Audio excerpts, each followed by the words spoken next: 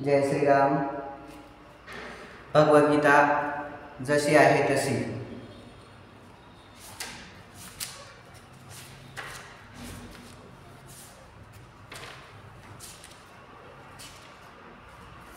अध्याय पहिला, अर्जुन विषाद योग। कुरुक्षेत्रातील युद्धस्थळावर सैन्याचे निरीक्षण। धृतराष्ट्रवाच। धर्मक्षेत्रे कुरुक्षेत्रे समवेता युयुत्सव मामका पांडवाश्चैव किं कुर्वत संजय। धृतराष्ट्रवाच म्हणजे राजा धृतराष्ट्र म्हणाला, धर्मक्षेत्रे म्हणजे धर्मक्षेत्रावर, कुरुक्षेत्रे म्हणजे कुरुक्षेत्र नावाच्या भूमीवर, समवेता म्हणजे एकत्रित आलेल्या, युयुत्सवा म्हणजे युद्धाची इच्छा करणाऱ्या, मामका म्हणजे माझ्या पक्षपुत्रांनी, पांडवा म्हणजे पांडुपुत्र, च म्हणजे आणि, य म्हणजे निश्चितपणे, किम म्हणजे काय, अकुरुत म्हणजे त्यांनी काय केले। संजय हे संजया, धृतराष्ट्र म्हणाला, हे संजया, कुरुक्षेत्र या पवित्र धर्मक्षेत्रावर एकत्रित आलेल्या युद्धाची इच्छा करणाऱ्या माझ्या पक्षपुत्रांनी काय केले। तात्पर्य, भगवद्गीता हे मोठ्या प्रमाणावर वाचले जाणारे अस्तित्ववादी विज्ञान आहे व याचा सारांश गीता महात्म्यामध्ये दिला आहे। त्या ठिकाणी सांगण्यात आले आहे की मनुष्याने भगवान श्रीकृष्णाच्या भक्ताच्या मदतीने भगवद्गीतेचे अत्यंत काळजीपूर्वक अध्ययन केले पाहिजे आणि या प्रकारे वैयक्तिक हेतुपूर्वक अर्थ न लावता कृष्ण भक्ताकडून ती समजून घेतली पाहिजे। भगवद्गीता ही कोणत्या पद्धतीने जाणून घ्यावी याबद्दलचे स्पष्ट उदाहरण गीतेमध्येच आहे व ते म्हणजे अर्जुन होय।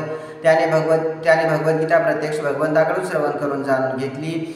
एखादा वैयक्तिक हेतुरहित गुरु शिष्य परंपरेमधून ज्ञान जाणून घेणे इतपत भाग्यवान असेल तर समग्र वैदिक ज्ञान तसेच जगातील इतर सर्व शास्त्रामधील ज्ञान त्याला समजते। या ज्ञानाव्यतिरिक्त इतर शास्त्रामध्ये न आढळणाऱ्या देखील गोष्टी तो या सर्व गोष्टी भगवद्गीतेमध्ये पाहू शकेल। भगवद्गीतेचे हे एक दुर्मिळ वैशिष्ट्य आहे। हे ज्ञान साक्षात पुरुषोत्तम भगवान श्रीकृष्णांनी सांगितल्यामुळे परिपूर्ण असे अस्तित्ववादी विज्ञान आहे।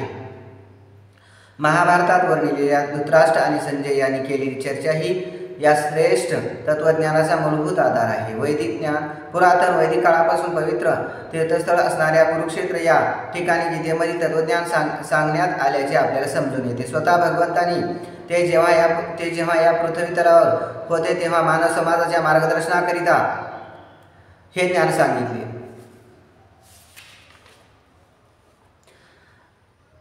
येथे धर्मक्षेत्रे म्हणजे जेथे धार्मिक कार्य केली जातात असे ठिकाण। हा शब्द अत्यंत महत्त्वपूर्ण आहे कारण कुरुक्षेत्र या युद्धभूमीवर पुरुषोत्तम श्री भगवान हे अर्जुनाच्या बाजूने उपस्थित होते। गुरुचा पिता धृतराष्ट्र हा आपल्या पुत्राच्या अंतिम विजयाबद्दल अत्यंत शंक होता आणि त्यामुळेच त्याने आपला सचिव संजय याच्याकडे विचारणा केली। त्याने काय केले? पूर्ण निर्धारयुक्त युद्ध करण्याच्या तयारीने स्वतः आणि आपला धाकटा भाऊ पांडू यांचे पुत्र कुरुक्षेत्र येथील रणभूमीवर एकत्र आले असल्यास त्याला पुरेपूर खात्री होती, तरी सुद्धा त्याची विचारणा ही महत्त्वपूर्ण आहे। भावाभावामध्ये तडजोड व्हावी अशी त्याची इच्छा नव्हती आणि त्याला युद्धभूमीवरील आपल्या पुत्रांच्या विधिलिखिताबद्दल निश्चितपणे जाणून घ्यायचे होते।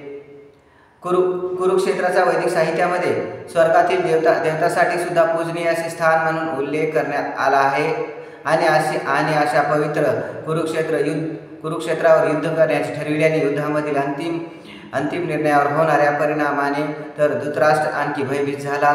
याचा प्रभाव अर्जुन व इतर पांडुपुत्र हे स्वाभाविकताच सद्गुणी असल्यामुळे त्यांना अनुकूल असाच होणार होता हे तो उत्तम रीतीने जाणून होता। संजय हा व्यासाचा शिष्य होता।